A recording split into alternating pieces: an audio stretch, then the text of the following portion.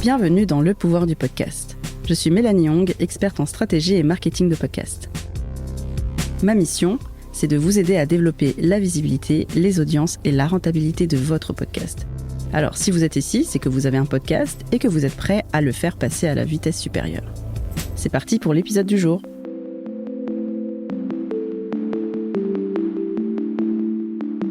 Je trouve que la période que l'on vit en ce moment est assez bouleversante, économiquement, écologiquement, socialement, politiquement. Tout ça, ça m'affecte profondément.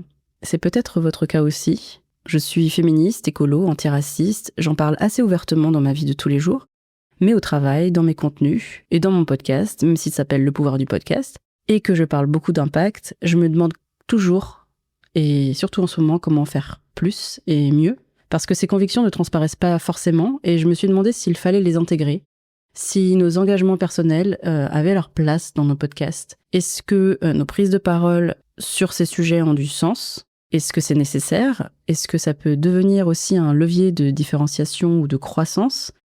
Ou est-ce que ce n'est pas bienvenu et qu'il faudrait laisser l'expertise à l'expertise ? Ou est-ce que ce n'est pas bienvenu ni opportun d'un point de vue purement stratégique et marketing ? Est-ce qu'il ne faut pas se contenter de parler d'un seul sujet et d'une thématique pour ne pas perdre des audiences et les faire fuir ? Si j'ai enregistré cet épisode que vous vous apprêtez à écouter aujourd'hui, c'est que je me suis posé ces questions. J'ai commencé à y trouver des réponses. Je sais que certains et certaines d'entre vous, vous les posez peut-être aussi.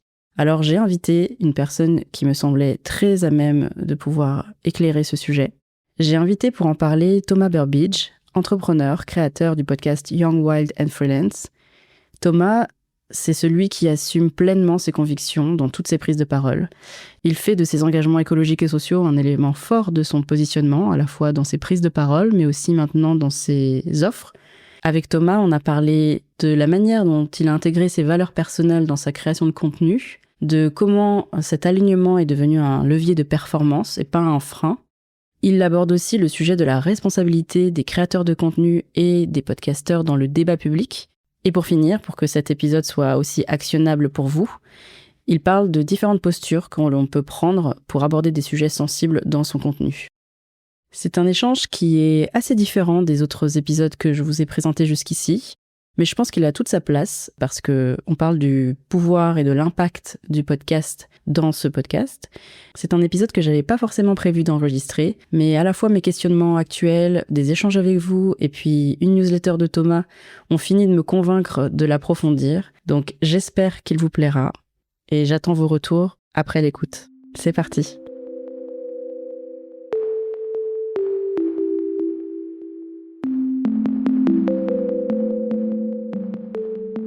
Et écoute, aujourd'hui, je suis ravie d'accueillir Thomas Burbidge sur Le Pouvoir du Podcast. Merci beaucoup Thomas d'avoir accepté mon invitation.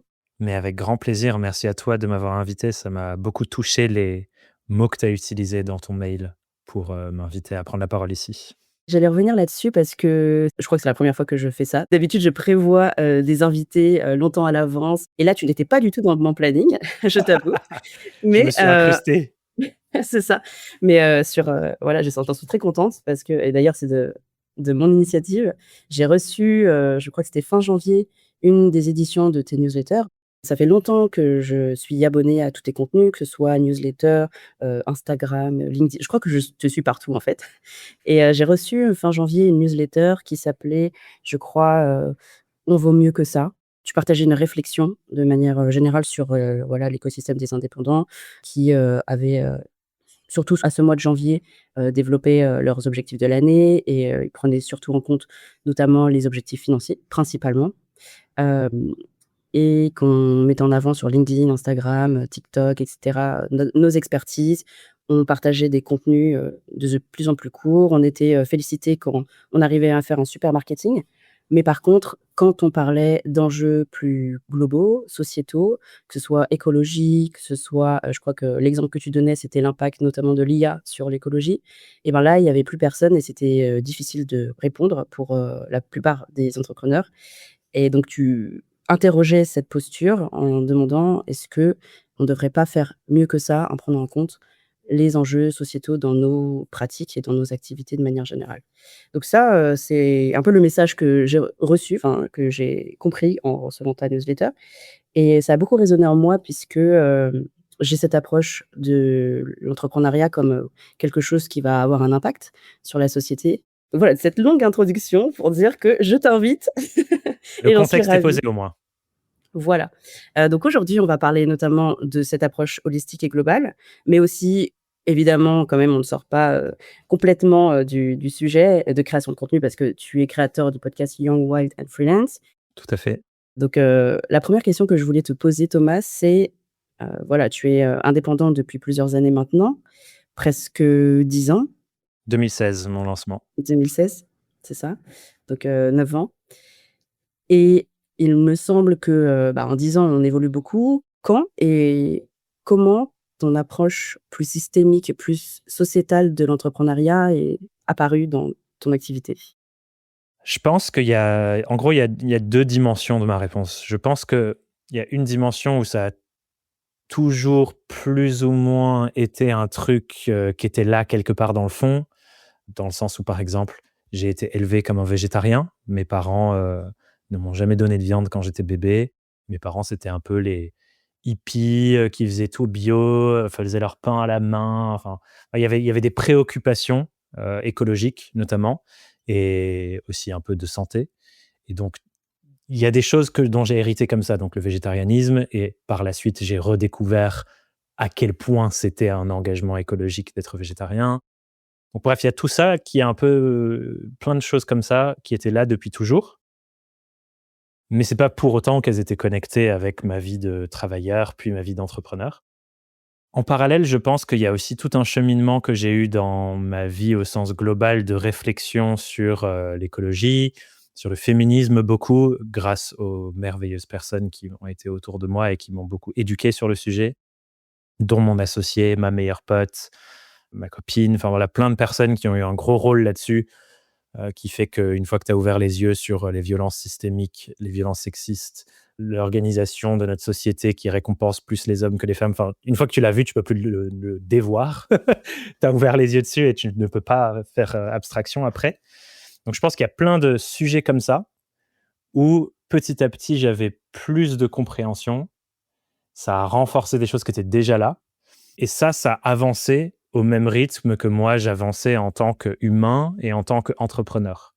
Parce que forcément, mon cheminement entrepreneurial, au début, c'est, je fais mes études, j'étais en alternance, je savais que je voulais pas poursuivre une voie CDI en agence de com à Paris pour toutes les raisons qu'on connaît aux agences de com à Paris quand tu es junior. Donc je me suis dit: «Je vais me lancer à mon compte». Du coup, tu commences, comme tout le monde, je faisais un peu tout ce qu'on me proposait, j'allais un peu dans tous les sens, et je me bataillais pour, sortir de l'eau et avoir une boîte qui me permettait de vivre. Et en fait, petit à petit, il y a des espèces de crans, je pense, qui se sont instaurés dans le fait de faire autrement. Le premier cran, c'est quand je faisais du branding. Mon métier de base, c'est planeur stratégique, donc je faisais de l'accompagnement stratégie de marque et je le faisais dans l'écosystème startup à Paris, qui était l'écosystème que je connaissais bien parce que j'étais dans l'asso des entrepreneurs étudiants, de mon école qui était Dauphine. Et à un moment, je me suis rendu compte que les clients avec qui je préférais travailler, c'était les startups avec une vocation impact, social. J'ai souvenir, par exemple, d'une mission où c'était une boîte qui avait créé un système, genre c'était un logiciel, mais il y avait un accompagnement pour, la démocratie participative, soit dans les mairies, soit dans les entreprises. Et ça, c'était genre ma mission de rêve, quoi. J'avais tellement kiffé cette mission. Et du coup, je me rendais compte, ah tiens, il y a un truc qui différencie les missions où je prends le plus de plaisir ou pas. Et du coup, à un moment, j'ai axé mon positionnement là-dessus, startup à impact. Puis, il y a eu ce basculement où je suis passé plus dans une posture d'accompagnant, accompagnateur, coach, formateur, tout ça là, ça arrive vers 2019, où je décide que c'est ça que je veux faire. Et ensuite, 2021, c'est le moment où je m'y mets à plein temps. Et en fait, j'ai l'impression que plus j'ai avancé, plus j'arrivais pas à garder les silos de, d'un côté, ma conscience humain, sociale, écologique et ainsi de suite, et de l'autre côté, l'entrepreneur. Il y a en fait un moment où je me suis dit: «Mais c'est obligatoire de marier ces choses. Comment faire? Genre, on peut pas siloter, quoi». Et c'est à partir de là où, de façon de plus en plus consciente, j'ai décidé de me dire: «OK, bah, comment ça s'incarne, ce croisement entre des valeurs écologiques, de justice sociale, de féminisme et la boîte?» Donc ça a commencé par un enjeu de positionnement, puis c'est devenu un enjeu de méthode de travail, puis c'est devenu un enjeu de pédagogie et d'influence. Enfin voilà, ça a infusé petit à petit tout ce qu'on fait jusque et je pense que c'est ce que tu dis dans ton ressenti. Je suis pas sûr que ce soit 6 mois, je pense que c'est plutôt il y a 1 an que j'ai commencé à vraiment avoir une approche plus sérieuse là-dessus en disant: «En fait, comme je suis très suivi dans notre écosystème avec beaucoup de freelance, de solopreneurs, enfin voilà, d'entrepreneurs qui sont indés, qui me suivent, j'ai quelque part une responsabilité dans l'idéologie entrepreneuriale que je transmets. Et si je ne parle pas de ces sujets, je ne contribue pas à leur diffusion parce que les yeux sont braqués sur moi, quoi. Et donc, j'ai une forme de responsabilité. Et c'est là où tu le vois potentiellement. Je me dis, OK, un de mes premiers leviers d'impact, c'est ma posture médiatique. Et donc, je vais orienter mes prises de parole vers le fait de répandre une idéologie entrepreneuriale qui me semble plus au service de tout le monde, donc les humains que j'ai envie de suivre, et plus au service des écosystèmes dont on fait partie, autant les écosystèmes humains, donc la dimension sociale et féministe, et la dimension des écosystèmes naturels, donc l'écologie. Et c'est un peu de ça que découle du coup ce que tu vois toi de l'extérieur, qui est une posture un peu plus militante que un coach business qui parle que de positionnement, de prospection, de tous ces trucs-là, quoi. On va parler de cette, ligne éditoriale différente sur tes prises de position dans les médias. J'aimerais revenir sur, ce moment où tu as eu, soit ce déclic. Alors déclic, je trouve que c'est pas forcément le bon mot parce que ça arrive jamais en une seconde, mais, Exactement, disons c'est ce changement de ouais, posture. Et tu parlais tout à l'heure de, on peut pas siloter. À un moment donné, tu avais ton développement d'entrepreneur. Ton développement d'entrepreneur est peut-être plus de CA, plus de clients et cetera, et de l'autre côté, tes convictions personnelles d'humain. Et est-ce que tu as ressenti un conflit entre les 2? Comment ça se fait que, tu vois, beaucoup de personnes, et je dirais même la majorité, ont leurs propres valeurs, et je ne doute pas qu'il y a beaucoup de personnes, qui, développent des gros business comme on dit, qui ont des valeurs, mais qui ne se disent pas: «C'est obligatoire, c'est indispensable, on ne peut pas siloter». Tu vois? Toi, tu as eu vraiment cette posture de, «Je ne peux pas siloter», mais en fait si, la plupart des gens le font. Qu'est-ce qui s'est passé, en toi qui f a fait que pour toi c'était une obligation de rejoindre les 2? c'est une super question. Je pense qu'on est encouragé à siloter. Tu vois, il y a ce mythe du la vie pro, la vie perso, qui fait qu'en gros, c'est comme si on avait 2 personas, quoi. Et je pense que on a développé cette capacité à avoir des personas différents, presque qui s'échangent. Mais du coup, j'ai l'impression qu'on a été encouragé à faire ça quelque part et que du coup, c'est devenu une compétence de se dire: «Bon, bah, voilà, je rentre au taf et je laisse de côté toutes les choses qui pourraient faire que je ne prends pas de plaisir, je m'épanouis pas». Et je pense que ça crée une forme de dissonance cognitive que toutes les personnes qui vivent cette situation, par exemple, je sais pas, je vais au taf et je fais des choses que je sais être problématiques pour l'écologie et je rentre chez moi et je trie mes déchets parce que je me dis: «C'est important l'écologie». Il y a une dissonance cognitive qui rentre en jeu. Voire même un déni écologique qui rentre en jeu, qui est un truc psychologique, très naturel et normal pour nous protéger parce que c'est un enjeu si grand qui fait peur à beaucoup. Et je crois qu'il y a un moment, en fait, où je me suis dit: cette dissonance cognitive, genre, j'arrive plus à juste la laisser être en moi. Je crois même que c'est assez lié avec un questionnement de fond que j'ai eu sur est-ce que mon métier fait encore sens dans le monde dans lequel on vit. Et ça, c'est une espèce de crise existentielle que j'ai eue, je pense, il y a 2 ans, un truc comme ça, où je me disais: est-ce que je vais vraiment continuer à faire ce que je fais? Est-ce que j'aurais pas plus d'utilité à m'engager chez Sea Shepherd ou une de ces assos militantes qui essaient de faire progresser les prises de conscience là-dessus? Et c'est là où je me suis dit: «En fait, la seule résolution qui va me permettre de continuer, c'est de marier». Parce que si je marie pas, il y a un moment où en fait, je vais tellement être dégoûté que je vais arrêter tout simplement. Alors que je sentais qu'il y avait qu'on contribuait. Et donc je pense que le mariage, il s'est pas fait de tous les sujets tout d'un coup. Le premier niveau, c'était, je faisais de l'accompagnement entrepreneurial et je me rendais compte clairement qu'il y avait des choses dans notre dynamique entrepreneuriale qui coûtaient aux individus qu'on accompagnait. Par exemple, une vision hyper productiviste, intensive du genre Faut pas que tu comptes tes heures, faut que tu bosses comme un acharné, la hustle culture à l'américaine. Et je voyais des clients qui juste étaient prisonniers de ça, qui avaient une vie perso inexistante et qui s'épuisaient, tu vois. Et donc ça, c'était le premier mariage. Épanouissement individuel et épanouissement entrepreneurial de la boîte. Donc l'entreprise et l'individu au sein de l'entreprise. Et du coup, je me suis dit, bon, bah, si on marie ça, ça fait pas sens de ne pas prendre en compte aussi les enjeux plus larges et systémiques, parce qu'on est un individu au sein d'une boîte, mais la boîte est au sein d'un écosystème. Et en fait, l'analyse de ces 3 niveaux change tout sur les sujets dont on va parler quand on est dans une séance de coaching ou quand on est dans une formation. Genre, c'est des niveaux de lecture qui sont complémentaires et, à mon sens, indissociables. Et en fait, ce qui était au début une dissonance cognitive de « Ah, j'arrive pas à séparer », alors que je me racontais l'histoire qu'il fallait séparer, je me suis raconté que séparer est moins pertinent que marier les choses.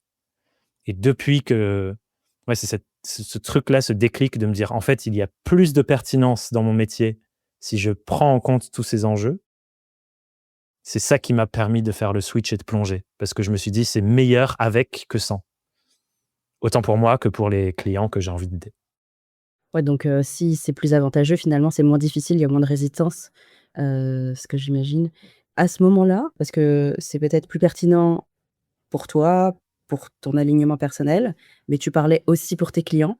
Est-ce que tu as pas eu peur que, quand on s'engage, souvent on a des personnes qui partent ou qui sont repoussées, surtout sur des sujets, entre guillemets «militants», je dis entre guillemets parce qu'en fait tout est militant, que ce soit dans un côté ou de l'autre, mais souvent quand on est plutôt de gauche, c'est Tout est considéré plus politique. militant. Voilà. Est-ce que ça n'est pas négatif pour le business en termes financiers, d'être plus en alignement avec ses valeurs? Bon, après, ça va dépendre de beaucoup de cas individuels et aussi de à quelle temporalité on regarde. Si je prends le court terme, si aujourd'hui, l'entreprise d'une personne qui nous écoute, qui souhaiterait être plus vocale et engagée sur les valeurs qui lui tiennent à cœur, dépend d'une clientèle qui est en opposition avec ses valeurs, effectivement, à court terme, plus s'engager, plus faire valoir son positionnement et ce qui est important pour elle dans le monde, il y a un risque de perte de clientèle. Et en même temps, moi, ce que j'aime bien ramener, c'est est-ce que le coût financier que ça représente n'est pas en fait déjà là dans un coût humain? Dans le sens où, si notre boîte dépend aujourd'hui du fait de travailler avec des personnes qui ont des valeurs diamétralement opposées aux miennes, est-ce qu'en fait, je ne paye pas ce coût financier dans mon ressenti, dans le fait que je ne suis pas heureuse de travailler avec ces personnes, dans le fait que je sens la dissonance cognitive qui me bouffe de l'intérieur. Et en fait, si on considère que le coût financier, on passe à côté du fait que ça nous coûte déjà ailleurs. Et ça, c'est quelque chose que beaucoup de personnes qui pensent des nouvelles formes d'entrepreneuriat essayent d'apporter. C'est le fait de rendre visible les 3 typologies de capital qui interagissent dans une entreprise. Le capital financier, évidemment, c'est celui dont on est obsédé et c'est le seul qu'on mesure, mais aussi le capital humain et le capital naturel. Et donc, quelque part, peut-être que les choses qu'on fait aujourd'hui à court terme, elles ont un bénéfice financier intéressant, mais elles ont peut-être un coût humain et écologique immense par rapport aux bénéfices financiers. Et dans ce cas, à mon sens, la boîte est déficitaire. C'est juste qu'on n'a pas osé regarder les endroits où elle est déficitaire. Après, du coup, ça étant dit, évidemment qu'on doit avoir une réflexion stratégique basée sur le fait de réussir à nous nourrir, ne pas détruire l'entreprise si on veut qu'elle continue de vivre.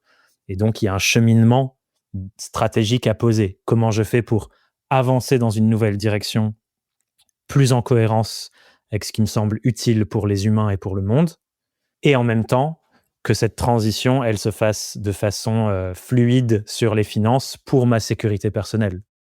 Malheureusement, on ne vit pas encore dans un monde où nos besoins primaires sont pris en compte et sauvegardés par le cadre légal, politique dans lequel on vit. Si c'était le cas, ce serait beaucoup plus simple, que tout le monde soit aligné, parce que du coup, on sait qu'on a un filet de sécurité.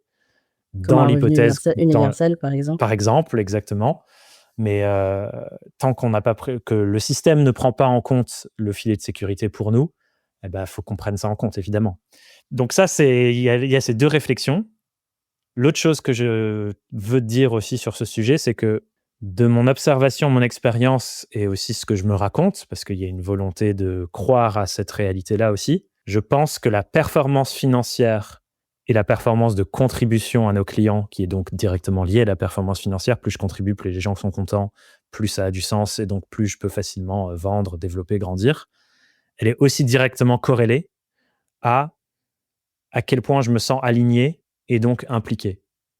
Si tous les jours, j'ai un sentiment de je me sens désaligné à chaque fois que j'ouvre mon ordi pour bosser, on n'est pas en train d'accéder à nos meilleures ressources, nos meilleures capacités, nos meilleures compétences, notre meilleure créativité. C'est pas vrai.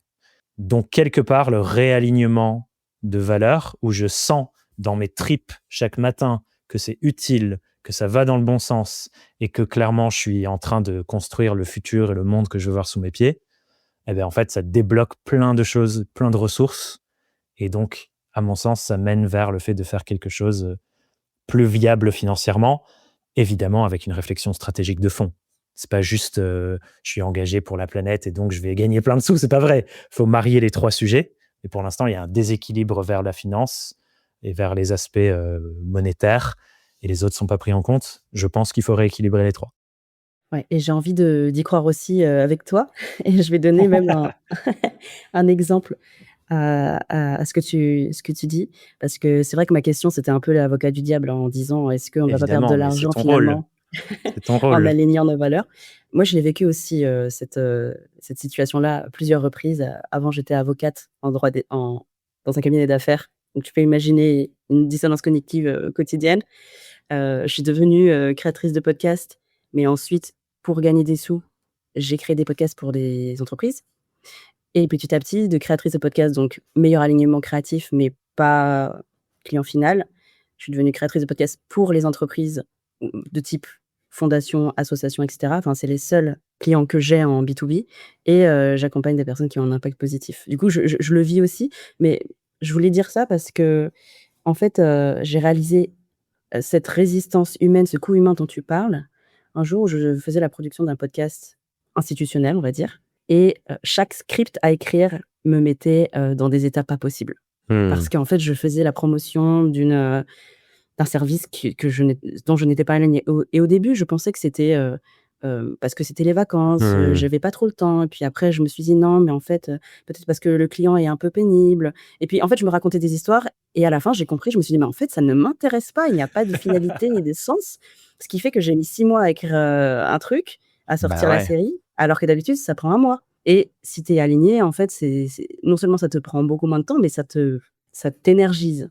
Bah ouais. Et donc tu es plus Complet. productif finalement. Donc ton cheminement, on va dire, ta réflexion sur le fait que l'alignement personnel est au service aussi de la performance de l'entreprise, moi j'en suis convaincue et je crois que je suis même, en train d'expérimenter ça donc C'est un trop bon exemple.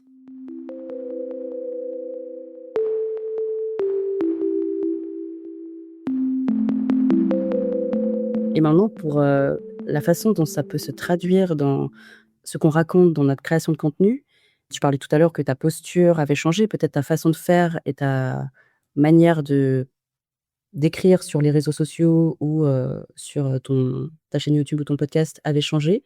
Comment ça se traduit? Est-ce que d'abord tu as changé ton offre et ensuite tu as changé ta création de contenu? Comment tu as cheminé?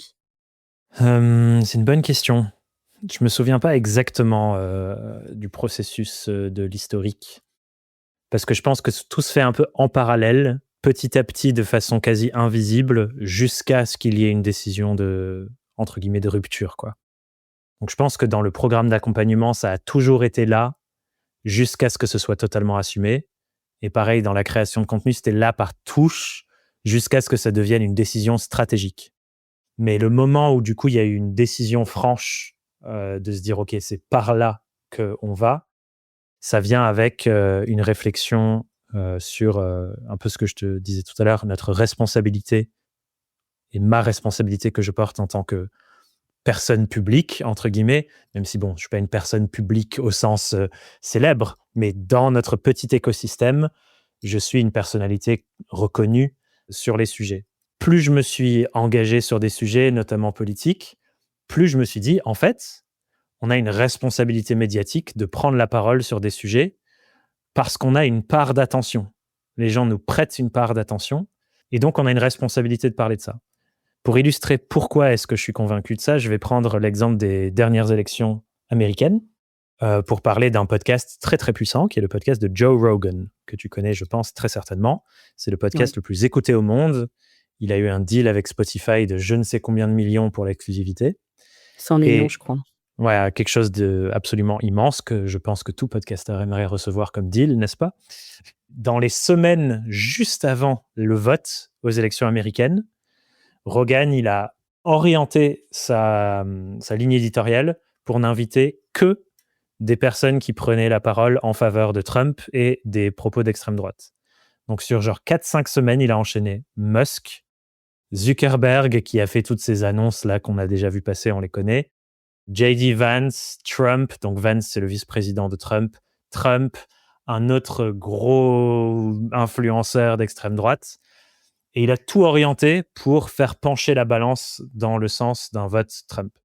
Et globalement, quand on regarde un peu le spectre médiatique des contenus indépendants, entre guillemets, on voit que d'un côté du spectre politique, surtout plus on va à droite, donc extrême droite, droite conservatrice et ainsi de suite, il y a une organisation de la propagande idéologique qui est immense et qui est sans scrupule et qui est sans aucune retenue. Et en plus de ça, avec très très peu de fact-checking. D'ailleurs, il y a une étude qui est sortie que j'ai vue la semaine dernière sur laquelle je n'ai pas encore pu communiquer, mais que j'ai trouvée fascinante, qui a été faite en Hollande. Ils ont fait une analyse de tous les contenus sur Twitter pendant genre 10 ans, publiés par des personnalités politiques. Et ils ont regardé en gros à quel point est-ce que c'était des contenus fake news ou des contenus vérifiés sourcés. Et ils ont du coup fait une analyse de 10 ans en fonction des bords politiques. Et plus ça va vers la droite, donc au final extrême droite, plus il y a une tendance à partager des fausses informations. Plus ça va vers la gauche, plus il y a une tendance à avoir des informations hyper sourcées, très factuelles et ainsi de suite. Et du coup, ça, je trouve, c'est aussi hyper intéressant. C'est que du coup, ça se représente aussi dans la création de contenu. Plus ça va vers la droite, plus il y a des fausses informations qu'ensuite il faut réussir à démentir de l'autre côté. Et c'est avec tout ce paysage-là que je me suis dit, OK, en fait, si je ne prends pas posture et je ne partage pas des choses qui vont dans un sens écologique, social, féministe, etc., en fait, j'occupe pas la place. Je suis en train de laisser la place vide. Une non-prise de parole est politique. Ce qui est important à noter là, parce que les gens qui nous écoutent se disent « Mais putain, mais moi, je comprends pas tous ces sujets. Comment je peux faire pour prendre la parole là-dessus ?» On n'a pas besoin d'être expert. On peut aussi poser la question aux gens. Et ça, c'est quelque chose où je me suis dit, moi, avec mon podcast qui est basé sur des interviews de base, comment je le réoriente? Il faut que je fasse des interviews où de plus en plus de mes invités prennent la parole sur des sujets qui sont de plus en plus, moi je les appelle systémiques, c'est-à-dire qui considèrent le système et l'écosystème dans lequel on se trouve. Donc, j'ai commencé à interviewer des personnes qui sont à leur compte, mais qui ont aussi une activité de recherche. J'ai interviewé, par exemple, une chercheuse en neurosciences qui est conférencière indépendante. Donc, elle a un taf, elle vend des conférences en B2B, donc elle a une expérience entrepreneuriale, mais elle vient du milieu de la recherche. Et donc, on a parlé de la sédentarité. J'ai interviewé quelqu'un sur les enjeux écologiques autour des entreprises régénératives. Là, j'ai une interview que je prépare avec une chercheuse qui a fait une des premières études en France sur le coût environnemental de l'IA. En tout cas, je prépare l'enquête et j'aimerais qu'elle accepte. Je n'ai pas encore fait la démarche que tu as eue pour que je vienne là. Mais bon, je ne vois pas pourquoi elle n'accepterait pas. Enfin voilà, et du coup, je me dis, tiens, je peux réorienter les choses pour aborder ces sujets sous un angle qui parle à mon audience. Donc, je ne suis pas en train de dire sur mes épisodes de podcast, genre, comment tu fais pour trouver ton prochain client? Mais je suis en train de dire, OK, tu es entrepreneur, il y a la vague de l'intelligence artificielle qui nous frappe tous et toutes et qui pose plein de questions à plein de gens. C'est un sujet qu'on ne maîtrise pas. Je ne suis pas un expert. Allons parler aux experts. Et du coup, je réoriente ensuite vers mon audience. Ça, je le fais à la fois parce que mes clients et mes clientes et les gens qui me suivent, je les vois ne pas du tout savoir comment traiter ce sujet, être un peu perdu. Et aussi parce que j'ai un agenda à faire avancer. Et je sais que j'ai une influence sur ces sujets. L'épisode que je fais sur l'intelligence artificielle, je pourrais faire l'épisode ultra pro IA.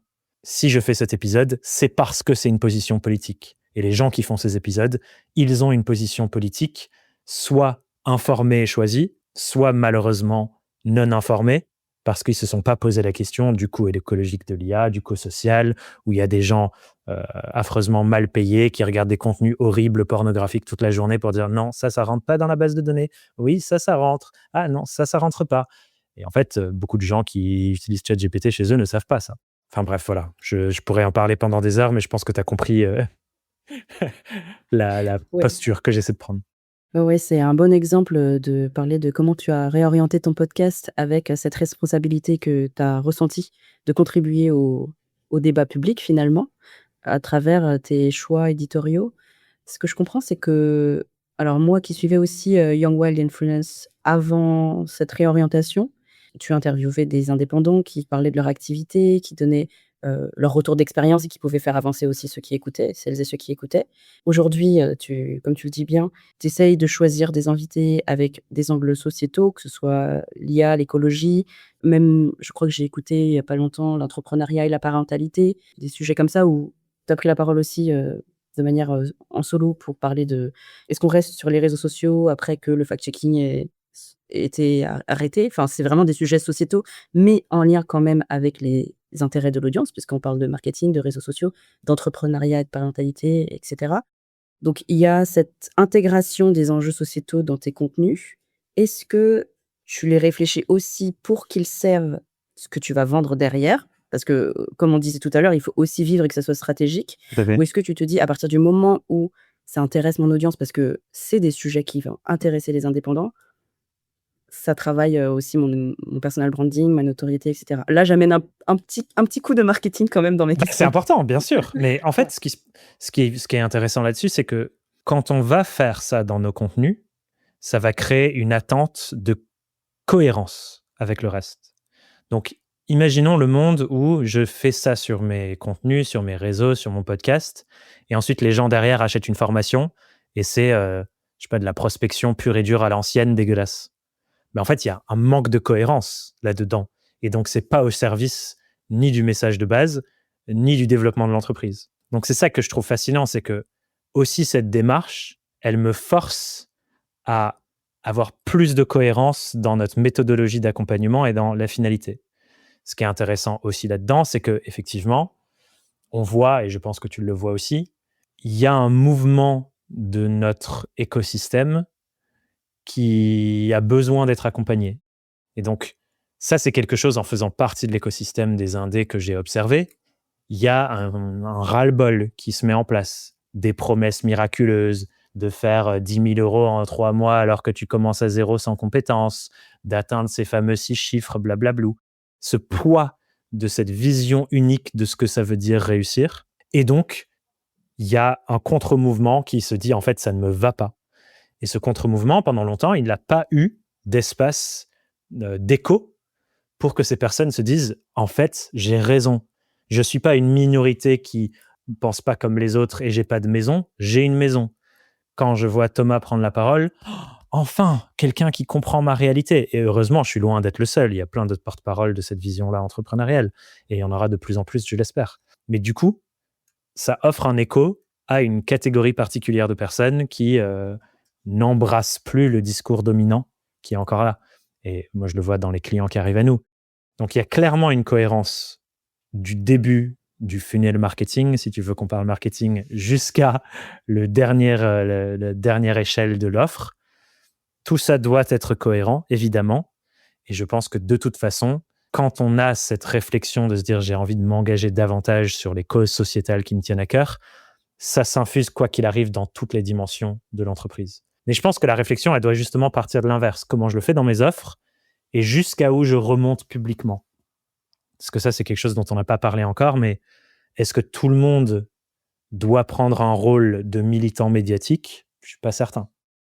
Ouais, c'est intéressant parce que là, tu as parlé du cheminement où je prends position, je prends la parole sur des sujets qui naturellement me touchent et ensuite ça va se refléter dans mes offres si jamais ce n'était pas déjà le cas parce qu'en fait, j'ai envie d'être cohérent. Potentiellement, tu peux aussi le faire dans l'autre sens. Je crée des offres qui me correspondent, par exemple, marketing pour les boîtes à impact et cetera.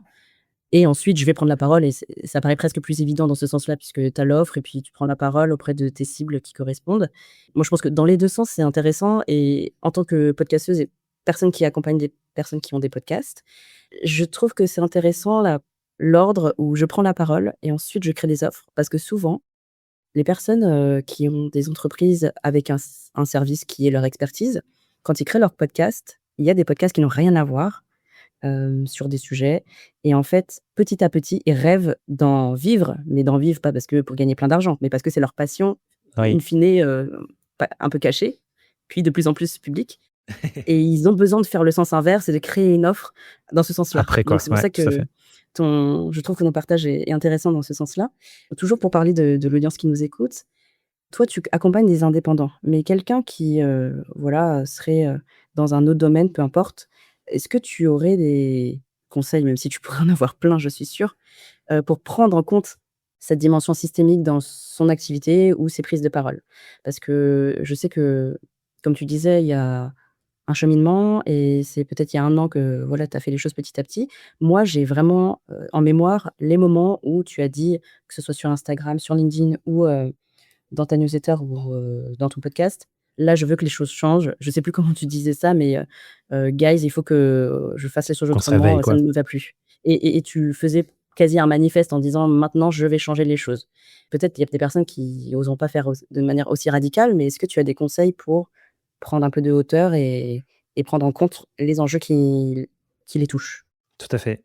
Je pense que ça rejoint globalement ce qui nous aide à passer de «je prends pas la parole» à «je prends la parole». Souvent quelque chose qui fait peur aux gens et c'est, je crois, encore plus le cas sur des sujets de complexité comme l'écologie qu'on maîtrise pas, tous et toutes, dans toute sa complexité parce qu'il y a beaucoup de sujets ou pareil les enjeux sociaux, les enjeux, d'inégalité de genre. Voilà, tous ces sujets, c'est des sujets sur lesquels on a peur parce qu'on les maîtrise pas et parce qu'il y a aussi une forme de clivage malheureusement où il y a, des gens pas informés qui sont assez intenses là-dessus. Enfin voilà, il y a une opposition d'idées. Donc c'est encore plus dur que juste s'exprimer sur son expertise. Du coup, ce qui je pense fait sens, c'est quelle posture me permet d'y aller, mais de me sentir en sécurité? On n'est pas obligé de communiquer avec une posture d'expertise. On n'est pas obligé de se dire: «OK, à partir de demain, je vais, donner tous les conseils pour être, encore plus écologique dans ta vie». Si tu n'as pas la maîtrise de ça, bah, en fait, c'est te tirer une balle dans le pied parce que tu vas te mettre la pression, les autres vont te mettre la pression et ça va pas t'encourager à continuer d'y aller.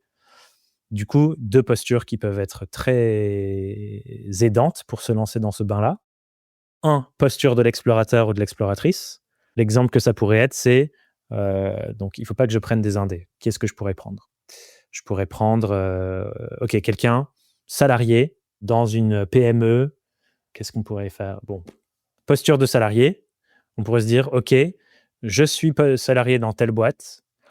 Globalement, avec mes collègues, on a un peu tous l'envie de faire mieux sur la dimension écologique, mais on ne sait pas trop comment s'y prendre. On se donne 30 jours pour implémenter des choses dans la boîte et voir ce qui se passe. Je vous raconte mon histoire sur LinkedIn. Et tous les jours, je fais un petit post. OK, aujourd'hui, on a essayé de redisposer le système de déchets pour qu'il n'y ait pas juste une poubelle noire. Et du coup, on a construit une poubelle recyclage avec du carton et on a installé un compost dans la cuisine. Jour 2, boum, et t'enchaînes. Donc ça, c'est une posture de je sais pas trop ce que je fais, mais j'essaye et je vous raconte. Exploration. L'autre posture, c'est journaliste. C'est moi, je sais pas, mais je sais qu'il existe des gens qui savent.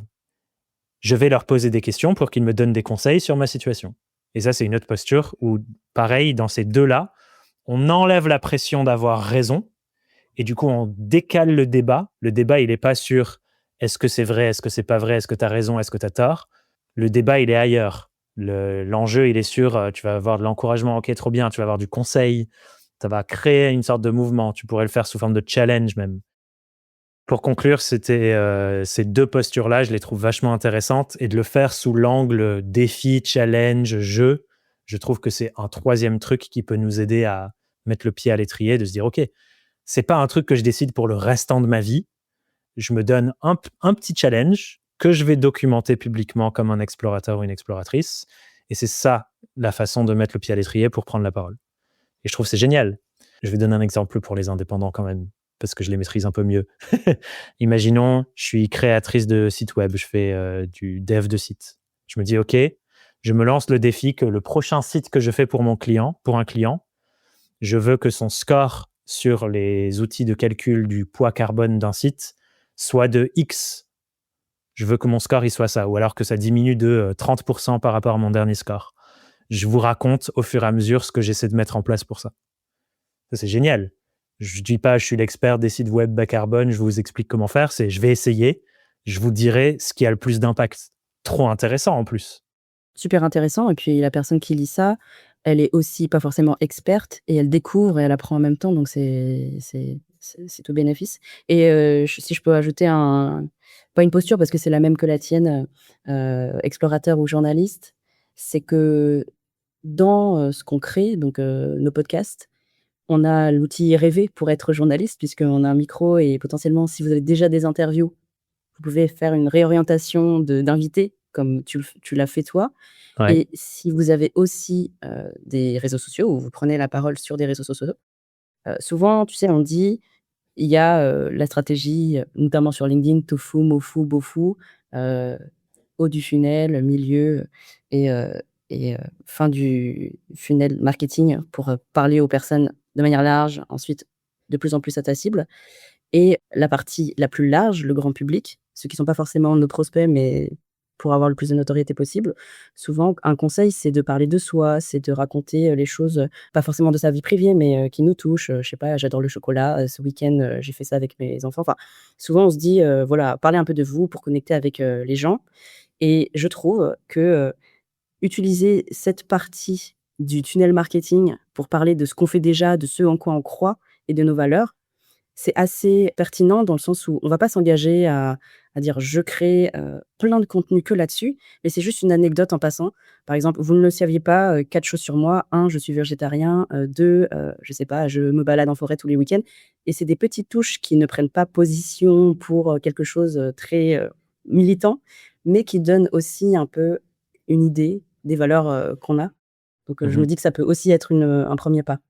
Tout à fait. Et quoi qu'il arrive, sur tous ces sujets, on est constamment en progression. Faut pas se dire que je passe de j'ai jamais rien fait à j'ai le meilleur niveau là-dessus. C'est comme quand on se lance dans l'aventure entrepreneuriale. Au début, on maîtrise pas, eh ben, on apprend. On prend les bouquins, on regarde les formations. Et en fait, il faut juste adapter exactement cette dynamique-là qu'on a de apprentissage, formation, essai-erreur sur l'entrepreneuriat. On le fait très bien. Il faut faire pareil sur l'écologie. Il faut faire pareil sur le féminisme. C'est juste, voilà, OK, c'est des sujets, il faut que je les maîtrise. A priori, c'est important par rapport au monde dans lequel on est. Bah, faisons le taf. Et c'est OK de commencer de quelque part où on ne maîtrise pas encore et de se dire, bon, ben voilà, je suis une novice, mais je vais me bouger pour apprendre. On a déjà fait ça 1000 fois dans nos vies sur 1000 autres sujets. C'est juste que là, voilà, c'est le méta-sujet et il faut s'y mettre et c'est OK. On a le droit de partir d'un endroit différent, chacun et chacune. On a le droit d'être en progression. Il y aura toujours des gens plus avancés, moins avancés. L'idée, c'est d'être en route. Mmh et j'aime bien cette idée du chemin parce que parmi les personnes qui nous écoutent, peut-être que vous vous posez déjà cette question de comment prendre la parole, comment faire en sorte que je sois plus alignée avec mes valeurs dans ce que je fais, dans ce que je dis. Peut-être que c'est pas du tout le cas et peut-être que c'est pas grave, en fait, il y a aucune obligation. Ça aussi, je trouve que c'est important de le rappeler en se disant: «Cheminer». En fait, on est chacun dans son cheminement. Je sais qu'il y a des personnes qui tu parlais tout à l'heure des élections de Donald Trump parce que c'est assez récent. Moi, j'ai été vraiment marquée par tes prises de parole lors des élections législatives, en France et je sais qu'à ce moment-là, en fait, le fait que tu aies pris la parole, ça a un peu donné l'autorisation, tu vois, aux personnes qui voulaient en parler mais savaient pas comment le faire, de se dire: «Ah bah, si quelqu'un l'a déjà fait, je vais le faire aussi» et en plus, je prends comme, entre guillemets, «prétexte», qu'il a lancé un mouvement et du coup, je pars de ce mouvement en disant, «Je réponds à Thomas Burbidge» et comme ça donne une façon de commencer. Je sais que des personnes autour de moi, quand j'ai fait un post LinkedIn, m'ont dit: «Bah, je savais pas comment faire, j'ai juste republié ton post». Donc en fait, si vous prenez la parole, ça peut aussi faire effet boule de neige. Grave. Donc ça, je trouve ça vraiment positif dans tous les sens, c'est positif. Tout à fait. Ce que j'ai envie de dire aussi, c'est que c'est important que chacun, chacune aussi se demande quelle place je peux prendre là-dedans, parce que aucun individu ne pourra jamais donner la vision complète du sujet. Moi, je prends la parole à partir d'un endroit. Je suis un homme blanc, né dans les pays occidentaux, qui a grandi dans le privilège, pas tous les privilèges, parce que j'ai pas forcément le privilège de classe où je suis né dans une famille riche, etc. Je me suis un peu construit ma sécurité financière moi-même, mais j'ai quand même la plupart des privilèges de la société. Et donc, quand je prends la parole, j'ai les œillères de cette position de privilège. Il y a d'autres personnes qui n'ont pas les mêmes privilèges ou qui en ont moins et qui ont un parcours de vie complètement différent. Leur regard est tellement important aussi. Et en fait, c'est ça qui était hyper intéressant dans le mouvement qu'on a réussi à impulser, et je n'étais pas le seul à l'instiguer, on était plusieurs pendant les législatives, c'est que ça a donné naissance à plein de prises de parole qui rendaient visibles des histoires de vie, des positionnements différents dans la société qui n'étaient pas visibles jusqu'alors parce que les personnes n'osaient pas prendre la parole. Et du coup, c'est pour ça que c'est hyper important, je trouve, ce que tu dis, c'est que chacune de nous, en prenant la parole, déjà, ça nous acculture à la différence fondamentale de nos expériences humaines en fonction de nos privilèges, en fonction de nos parcours de vie, et ça autorise des personnes à le faire aussi. Et du coup, plus on va faire ça, plus je pense on va collectivement gagner en empathie et collectivement, petit à petit, gagner aussi en bonne orientation du débat public et bonne orientation des prises de décision politiques. Alors que quand on reste dans le silence et qu'il n'y a que certaines personnes qui prennent la parole, en plus d'une façon clivante, qui fait qu'on est que dans de l'opposition et pas dans du « Ah waouh, c'est ça que toi tu vis, j'en avais pas conscience », du coup, on sait où ça va, quoi. Ça se voit. C'est la technique et la stratégie de Trump, Musk, enfin toute l'extrême droite américaine en ce moment qui est en mode on vous inonde de trucs pour que vous soyez tout le temps en train de réagir et que vous sachiez pas quoi dire là-dessus. Et pendant ce temps, nous, on démantèle l'État de notre côté tranquille sans que vous puissiez dire quoi que ce soit. C'est la même chose. Tout mouvement d'extrême droite fait la même chose. C'est la même stratégie en France. Elle est très bien organisée. Elle est dans toutes les dimensions publiques hautes en termes de médias, avec Bolloré qui contribue à ça, tous ces gens-là. Donc, on a besoin du contre-mouvement de notre côté, quoi.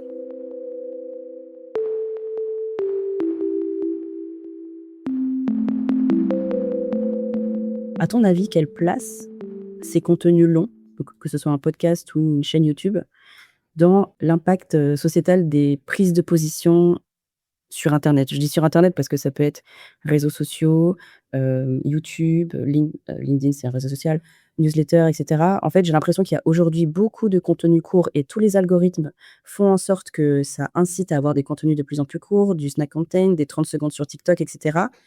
Moi, j'ai un biais, hein, je sais que je valorise beaucoup les contenus longs parce qu'on peut aller beaucoup plus loin. Mais toi, quelle place ça a dans ton écosystème et comment tu les vois dans cet enjeu global? Globalement, j'ai un biais similaire au tien, je pense, mais il est tout de même fondé, je crois, dans le sens où les contenus longs nous permettent, de façon beaucoup plus posée, de suivre un vrai cheminement de pensée et une vraie construction d'argumentaire. Sauf dans le cas de certains podcasts qui ne sont pas pensés pour ça, comme Joe Rogan, où c'est beaucoup de boum boum, on rebondit, on dit un peu dinguerie sur dinguerie pour faire réagir. Et ça rejoint ce que je disais tout à l'heure sur l'étude de les fausses informations d'un côté du spectre et celles qui sont beaucoup plus sourcées de l'autre. Ça, d'ailleurs, ça me saoule à quel point on est tout le temps obligé de rattraper les conneries des autres pour les fact-checker, pour de construire des trucs plus rationnels, etc. Donc, globalement, je pense que le contenu long est au service du développement de l'esprit critique et au service de la construction d'idées plus ancrées. Donc ça, je pense que c'est une des raisons pour lesquelles c'est important de rentrer dans ce contenu-là.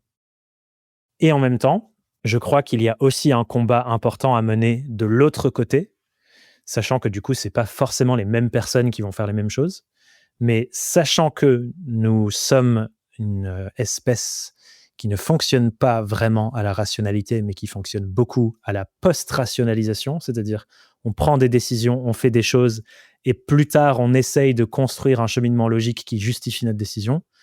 On a aussi besoin de trouver une façon de toucher la part plus animale, émotionnelle, avec ce genre de discours. Et donc, je pense que pour cette raison, on a besoin de gens, tant que les réseaux sociaux sont encore un truc, tant qu'on vit dans ce monde de l'instantanéité, tu vois, du TikTok, du machin, du 15 secondes et ainsi de suite, on a besoin de gens très forts pour orienter les comportements et les avis et les constructions mentales et les idéaux avec ce format.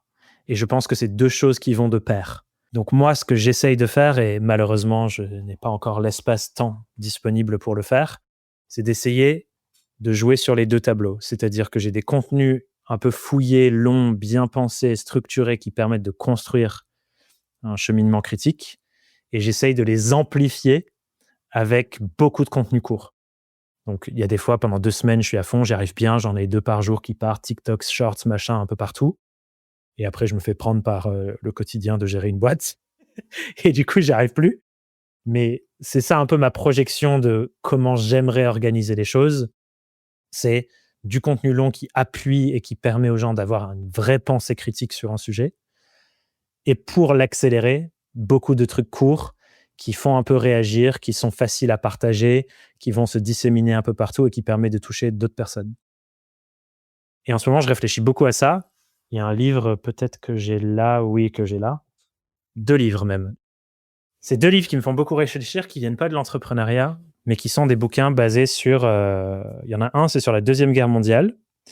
Et il y en a un, c'est plutôt sur la naissance des relations publiques aux US.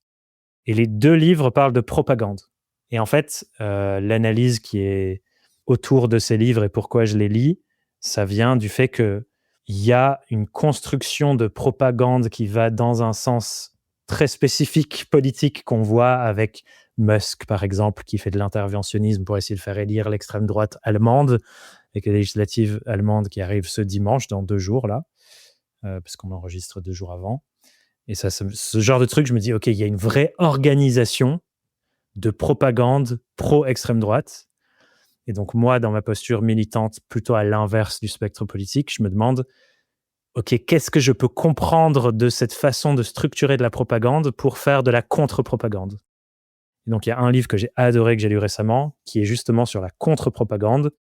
Comment gagner une guerre d'information? C'est écrit par un chercheur en propagande spécialisé sur la Deuxième Guerre mondiale qui s'appelle Peter Pomerantsev. Et en gros, il raconte l'histoire du responsable de la contre-propagande de l'armée anglaise. Et ils ont créé, et c'est ça, je trouve ça fascinant, j'en parle par rapport au podcast, ils ont créé plein de chaînes radio fausses pour des secteurs très spécifiques de la population allemande. Donc, par exemple, ils avaient monté de toutes pièces une fausse émission qui était censée être animée par des soldats allemands qui géraient les sous-marins allemands. Et du coup, c'était un peu pour semer du doute entre ces soldats-là sur le fait que le gouvernement est en train de nous abandonner et de nous laisser en mer. La guerre, elle est en train de trop mal se passer et nous, on va se retrouver évincés au milieu de la mer dans nos sous-marins et on pourra même pas rentrer chez nous. Donc, ils diffusaient ce genre de trucs. Ils récupéraient des gens qui quittaient l'Allemagne et qui voulaient contribuer à l'effort de guerre. Et je trouve ça fascinant de se dire, tiens, là, on sort un peu des enjeux entrepreneuriaux, mais l'information est tellement puissante. Moi, c'est une vraie question que je me pose. Il y a une partie de moi qui est en mode pureté militante. J'ai pas envie de utiliser des processus qui soudoient l'humanité, qui utilisent ces petits fils psychologiques. Et en même temps, est-ce que du coup, cette pureté militante me prive de me battre à armes égales avec les gens qui ont aucun scrupule à le faire? Et donc, l'autre livre qui est fascinant là-dessus, et en gros, le livre, c'est une critique du livre initial, c'est un livre qui s'appelle Propaganda de Edward Bernays, qui en gros est le père fondateur des relations publiques et de la publicité aux USA. Le sous-titre, c'est Comment manipuler l'opinion en démocratie. Et en gros, c'est un bouquin qu'il a écrit pour dire, en démocratie, la façon dont on fait orienter les décisions de comment s'organise la démocratie, c'est par la propagande et par la publicité. Et il y a un exemple fascinant dans ce bouquin que j'ai envie de dire pour illustrer la pensée que je trouve terrifiante de cet homme. À un moment donné, il avait un client qui était la plus grosse boîte de tabac aux US. Je ne sais plus comment ça s'appelle, genre American Tobacco Society ou une connerie comme ça. Et cette boîte disait, on est triste parce que y a que les hommes qui ont le droit de fumer, donc on est privé de 50% de notre marché potentiel. Est-ce qu'il n'y a pas un truc qu'on pourrait faire pour que les femmes puissent aussi devenir clientes? Et donc ce mec-là, Edward Bernays, il s'immisce dans les mouvements des suffragettes et féministes du moment. Et en gros, il leur vend le fait que pendant une représentation publique, c'était à New York, il me semble, un grand défilé, si elles organisaient une espèce de coup médiatique où elles se mettent toutes à fumer des clopes alors que les femmes n'avaient pas le droit de fumer dans l'espace public, que ça allait créer une sorte de truc où ça devient genre signe de puissance. Et il y avait les médias qui étaient là. Il a transformé la clope en un enjeu féministe. Et donc, il y a une loi qui est passée de par ça pour que les femmes aient le droit de fumer. Et les revenus de la boîte qui vendait les cigarettes, ils ont explosé. Et c'était pour ça qu'il l'a fait de base. Hyper. Et je trouve que c'est lassant. Et en même temps, tellement représentatif du fonctionnement de notre monde, tu vois. Oui. Où en gros, c'est des intérêts capitalistiques de grosses entreprises qui fournissent même certains des combats sociaux. Enfin, bref, voilà. Donc, ces sujets-là, en ce moment, me fascinent. Et je me dis, OK, pour revenir à ta question de base, les contenus courts sont peut-être un outil que nous avons pour orienter la réflexion sociétale dans un sens plus à notre service. À notre service, je ne parle pas de moi. À notre service, je parle de notre collectivité humaine sur l'écologie, par exemple. Et donc, je me pose la question, interviewer un énième chercheur, est-ce ça qui fera une différence ou est-ce faire une forme de propagande sous la forme de contenu court sur les réseaux sociaux? Je ne sais pas, j'ai pas la réponse, mais je cherche. Hyper intéressant et merci beaucoup pour ce partage parce que non mais en fait, tout ce que tu viens de dire, ce sont des réflexions que j'ai de mon côté. Je vais répondre à tes 2 points, c'est-à-dire le premier, contenu long pour la réflexion, pour l'ancrage des idées, suivi de contenu court pour, finalement inonder un peu l'espace, pour contrer Diffusion, quoi, voilà, ouais. diffuser pour contrer aussi ce qui existe déjà. Parce que comme tu disais, le silence est aussi une prise de position. Pour revenir là-dessus, mon service est fait pour que les contenus longs deviennent des contenus courts. Le deuxième point sur la propagande est très intéressant parce que je pense personnellement qu'il faut se battre contre ce qui existe et pas tout le monde a forcément l'énergie à le faire, mais ceux qui l'ont et qui l'ont vu, de toute façon, la pureté militante va faire que, potentiellement, si on veut être pur, on ne crée pas de contenu, on n'est pas sur Instagram parce que c'est Zuckerberg qui l'a, on n'est Exactement. pas voilà. Donc toutes les positions, je pense, se valent et si on n'a pas envie d'être sur les réseaux sociaux, je pense que c'est aussi, c'est légitime. Mais si on veut l'être, en tout cas, moi, mon projet, c'est de créer un label de podcasteurs et de créateurs de contenu qui créent du contenu pour pas que seulement contrer l'extrême droite, hein, pour aussi valoriser leur travail, mais qui va permettre de faire en sorte qu'on a un contre-pouvoir à ce qui se fait actuellement. Donc j'aime beaucoup tout ce que tu viens de partager. Et pour finir, le label Bonjour Podcast. Il existera un jour. Mais pour finir, C'est dit maintenant, tu n'as plus le choix. voilà, c'est ça. Je le dis de plus en plus pour essayer de me forcer à le lancer.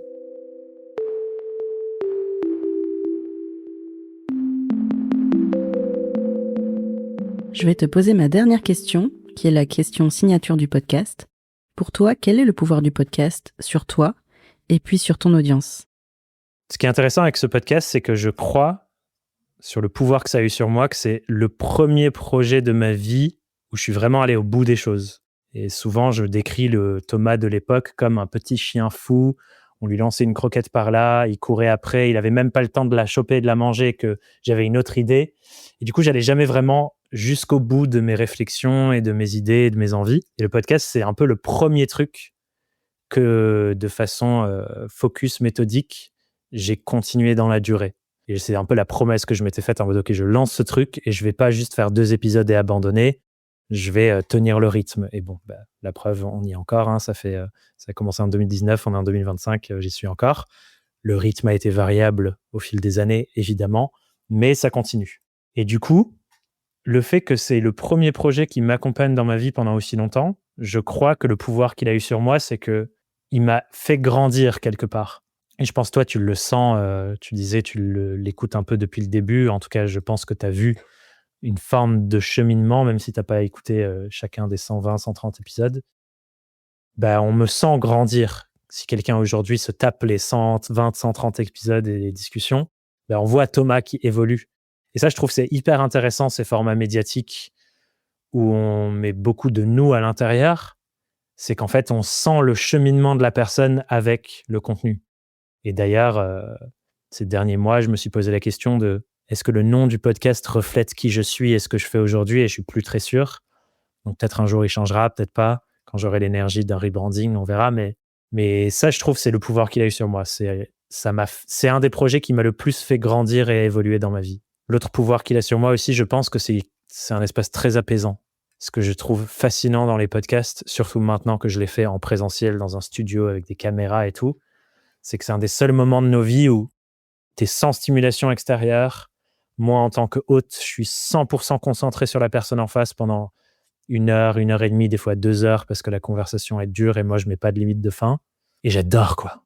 Ça me fait tellement du bien. Je sens un ancrage, je sens un calme intérieur que je sens pas dans le reste du monde où, enfin voilà, on est assailli de stimulation extérieure. Donc ça, c'est le pouvoir sur moi. Le pouvoir sur les autres, je pense qu'il a beaucoup changé au fil du temps.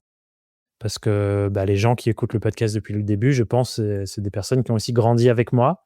Les objectifs qu'on a, ils ont changé. Les objectifs que les gens avaient en écoutant les 5 premiers épisodes, c'était peut-être un peu les mêmes que ceux que j'avais à l'époque. Maintenant, c'est plus les mêmes objectifs, c'est plus les mêmes ambitions, c'est plus les mêmes enjeux de vie, c'est plus les mêmes réflexions. Donc, je pense qu'il est changeant aussi. Et je vois beaucoup de gens qui ont cheminé avec, comme moi, j'ai grandi avec le podcast, des gens qui ont grandi aussi avec moi et avec le podcast. Et ça, je trouve ça tellement beau. C'est des relations sur 5-6 ans, parfois sans jamais vraiment se voir en vrai, on ne s'est jamais rencontrés, mais il y a des discussions sur les réseaux et on sent qu'il y a une évolution de chaque côté, quoi. Et ça, je trouve c'est fascinant. Et je pense aujourd'hui, en revanche, en tout cas de plus en plus, je vois qu'une partie de ce pouvoir que mon média a, c'est façonner les consciences. Ou en tout cas, aider les personnes à assumer davantage ce qui est important pour eux et pour elles. Et que du coup, ça leur permet de diffuser ça leur permet de l'incarner plus dans leur boîte, dans leur projet, dans leur vie. Parce qu'il y a une chambre qui fait écho. Et je pense que c'est ça que j'ai envie d'incarner de plus en plus, quoi. Merci beaucoup pour ton podcast et pour cet échange. C'était très, avec plaisir, très merci à toi. Où est-ce qu'on peut rediriger les personnes qui nous écoutent?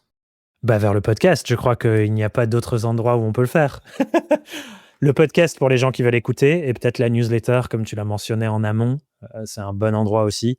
Globalement, de toute façon, si les gens tapent Thomas Burbidge sur n'importe quel moteur de recherche, vous trouverez le truc qui vous donne envie, vous cliquez, vous suivez le chemin et vous trouverez forcément quelque chose qui vous intéresse comme ça. Génial. Merci beaucoup Thomas et hâte de suivre tes prochains contenus. Oui, il y a du travail. Prends soin de toi, merci beaucoup, Merci. C'était un vrai plaisir. Et merci à toi. Et merci de faire ce que tu fais aussi, c'est précieux. Merci beaucoup, à bientôt. Et voilà, on arrive à la fin de cet épisode. Avec Thomas, on a donc exploré tout l'intérêt d'intégrer nos convictions à nos contenus. Si ce choix est assumé, il peut décupler votre motivation et même vos résultats, parce que les sujets que vous allez explorer vont vous passionner encore plus. Vous allez aussi développer une plus grande connexion avec votre audience, puisque vous attirez les personnes qui partagent vos valeurs. Et en plus de ça, vous allez renforcer un positionnement qui est unique, qui sera à la croisée de votre expertise et de vos convictions. Moi, avec cet épisode, je sors un petit peu de ma zone de confort, parce que j'expérimente cette démarche d'intégrer davantage de moi et de mes convictions dans un podcast business. Si vous avez écouté jusqu'au bout, déjà bravo. Et puis surtout, n'hésitez pas à m'envoyer vos retours ou vos réflexions, j'adorerais savoir ce qui vous a inspiré. Est-ce que vous avez envie de mettre un peu plus de vos convictions dans vos contenus?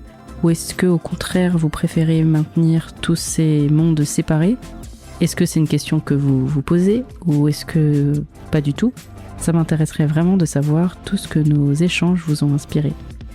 Merci beaucoup pour votre écoute et à très vite dans le pouvoir du podcast. Et voilà, c'est tout pour aujourd'hui. J'espère que cet épisode vous a plu et qu'il vous a surtout donné des idées à appliquer pour faire grandir votre propre podcast. Si vous voulez aller encore plus loin, je vous invite à vous abonner à ma newsletter pour recevoir des ressources complémentaires. Vous pouvez aussi suivre Bonjour Podcast sur LinkedIn ou sur Instagram pour découvrir les actualités du podcast et de l'agence. Et si vous avez une question, une idée de thématique ou d'invité, vous pouvez me contacter, tous les liens sont dans la description. Et enfin, vous connaissez ça par cœur puisque vous avez un podcast, mais si cet épisode vous a plu, n'hésitez pas à laisser une note, un avis sur la plateforme d'écoute que vous utilisez, ça fait toujours très plaisir. Et surtout, ça aide le podcast à gagner en visibilité et en crédibilité. Et puis comme vous avez un podcast, vous pouvez mentionner le vôtre en signant dans votre commentaire. On sait bien que les podcasteurs sont souvent les premiers auditeurs. Sur ce, je vous souhaite un bon podcasting et à la semaine prochaine. C'est fini? Bah oui, toutes les bonnes choses ont une fin. Pourquoi? Parce qu'il faut pas que ce soit trop long pour qu'on puisse l'écouter facilement. Et il faut que je garde la suite pour le prochain épisode. C'est mieux, non? Oui!